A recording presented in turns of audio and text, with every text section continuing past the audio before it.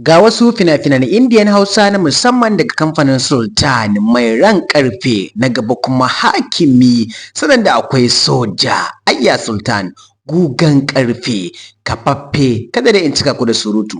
Domin samun waɗannan ƙasaitattun fina-finan Indiyan Hausa kai tsaye ka saukar a wayarka ba tare da ka sha wahala ba, to hanya ɗaya ce tak, sauƙaƙƙiyar hanya ta shiga group namu na BIP.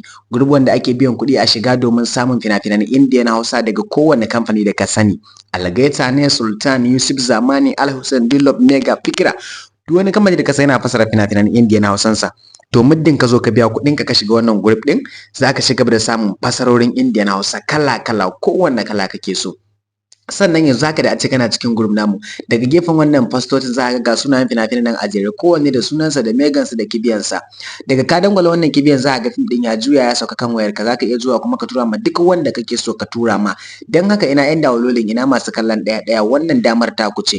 A gaskiya idan ka san fina-finan Indiyan Hausa suna maka wahalar samu a duk inda kake, ko ka shiga kan YouTube ko Bidmet ba ka samu, sai dai ka ta ganin tallace-tallace ko kuma tsinke-tsinke, to nesa ta zo kusa. Ka daina shan wahala muddin ka zo ka biya kuɗin ka shiga group namu na BIP. So ga number da za ka ɗauka nan, ka yi magana akan WhatsApp kawai banda kira, ka yi magana akan WhatsApp.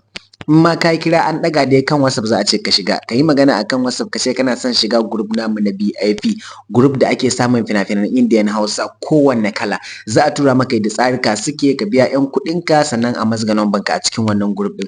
Gaskiya in dai ka biya kuɗinka ka shiga to magana ta ƙare. A duk inda kake kuma a kowace ƙasa kake, kar ka damu, za a karɓi kuɗinka sannan a saka number ka a cikin wannan group ɗin da za ka dinga saukar da duk wasu fina-finan Indiyan Hausa da ka ga tallansu da ma baka ga tallansu ba. Yanzu haka da zaran ka biya kuɗinka an sanya ka a cikin wannan group ɗin, duk wasu fina-finai da suka fita baka kalle su ba za ka gan su barkatai a ciki, sai wanda ya maka za ka dinga zaɓa ka saukar akan wayarka, baka da matsala.